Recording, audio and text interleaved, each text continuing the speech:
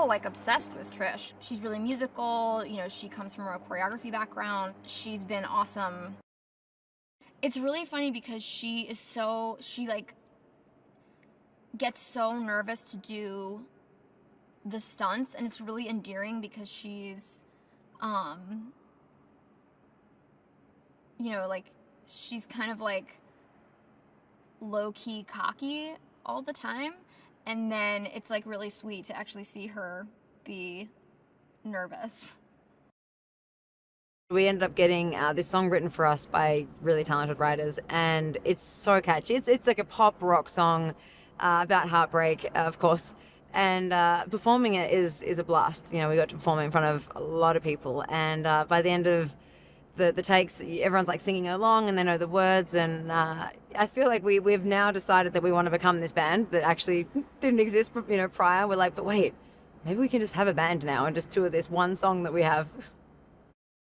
As far as who won, it would depend on what group you asked. I think we all think, you know, Evermoist think that Evermoist won, and the Bellas think that we were disqualified because we joined in with one another and used instruments.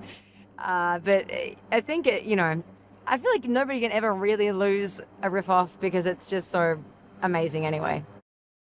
There's somebody in the film, if not multiple people in the film, that you can relate to. And so it's so great to be able to have films where you can go there and see somebody and be like, I feel like that person, or that person understands me, or, you know, I am represented in a way that I don't get to see very often. And I think that's why it has a place in everyone's hearts, as well as the fact that regardless of all of that, it's so universally funny. Riff-Off was very different because it wasn't a competitive riff-off. It was more us trying to show the other groups what a riff-off is, and then kind of going, these girls are pretty dorky. I've never done a fight scene ever in any movie. And now in this movie, I get 2 massive fight scenes, plus some other little hijinks. So it's so awesome. I'm a huge fan of like Hong Kong Kung Fu movies and Chinese action movies. And I've always felt like I had it in me to kick butt. And then in this movie, I get to show some of those skills. And it's been the best fun.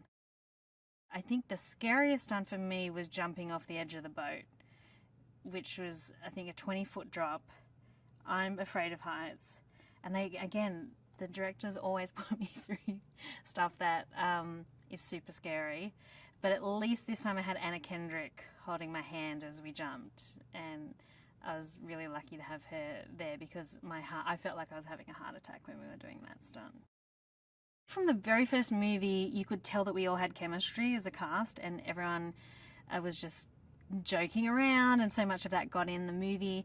And so I think the audiences can kind of feel that love and energy that we have for each other.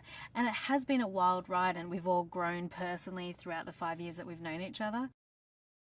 We're having so much fun. You know, John Michael Higgins and I, we love these movies. We think we have great chemistry. We love playing off of each other.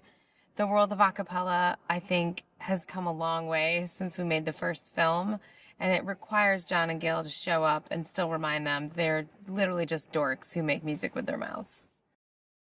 So Gail and John, who had a wonderful podcast before, they are now cutting edge. They've upped their game, and they're creating a documentary series on the Barden Bellas, the greatest a cappella group of all time, the winningest, I should say. And they've been following the Bellas now for probably 2 years since they graduated. They've been putting together footage, and they really need a great ending for their story, which they don't have yet. So in this movie, they're hoping to find their ending. Oh my gosh, I am back with all of the girls on Pitch Perfect 3, and it is aka awesome. No, really, I'm having a wonderful time. It's been really, we're so close after doing all of these movies together that it's really just like not even work sometimes. You're just like hanging out with all of your friends that you know and love so well, and it's been a real blast. We all get invited to go sing with the Bellas, with Hailee's character, Emily, and we all think that we're going to sing, and then it turns out that we're not actually singing, we're just watching. And they are younger, they're cooler, they're, kind of better than us, and it definitely is a little disheartening because we're starting to feel really old. There's a great finale in this movie. It really is a very big turning point, I think, for all of the Bellas. It might be one of their most adult moments to date because it's something so emotional. You know, like we've all bonded, the girls have all bonded, and there comes a time in your life where you have to make decisions to follow your dream or whatnot. And I think that this moment really captures that in a very beautiful way, in a very meaningful, powerful, emotional way.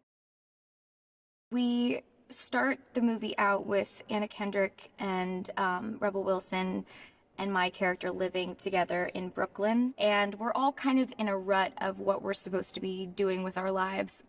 Chloe's studying to become a veterinarian, but she doesn't know if she's going to get into school. And we decide to all join together and come back for this reunion that Emily invites us to. It's a really good chance for us to all see each other and sing again. It's one of those movies that you watch and you feel like you can relate to it, but also it makes you feel good.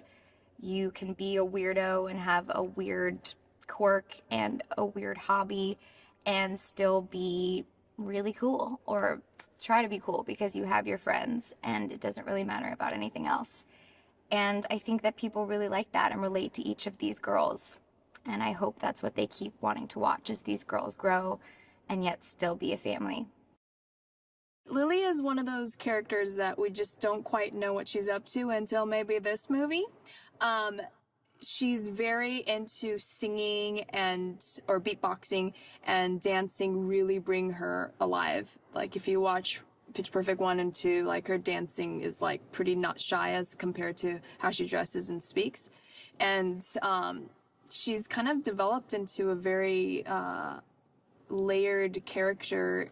And in this third movie, you kind of get to experience more extremities with her and a little bit more craziness with her.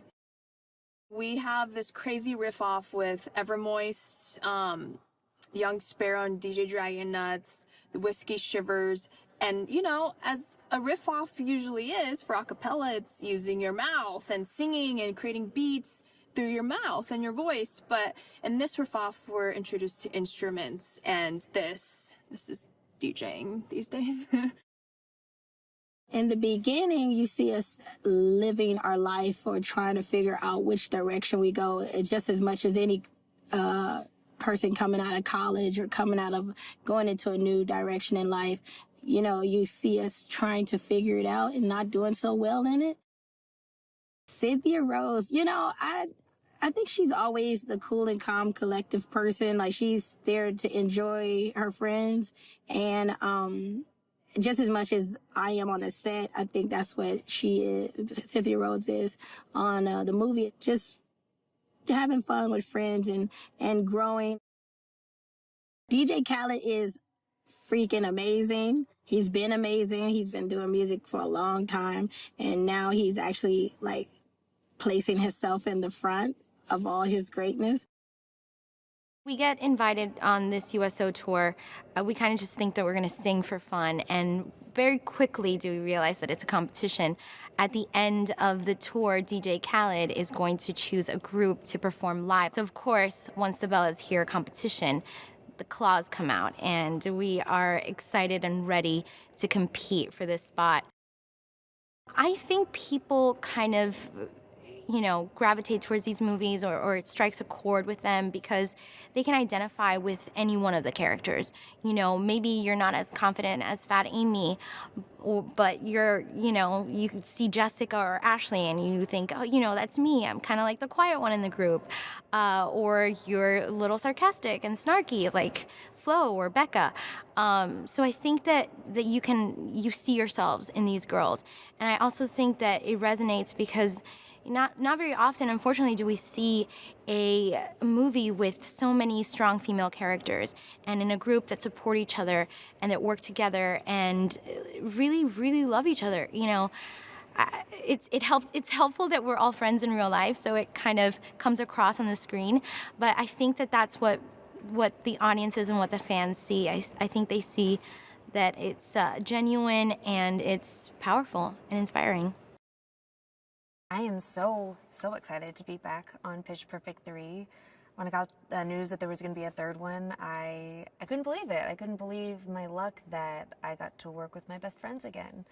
And I'm trying to savor every moment of it because I love these girls. I love this experience. I love dancing, singing, acting. It's really a dream come true.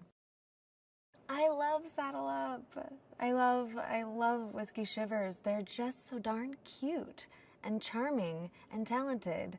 And at the drop of a hat, they'll start a jam session and we'll all just break into song.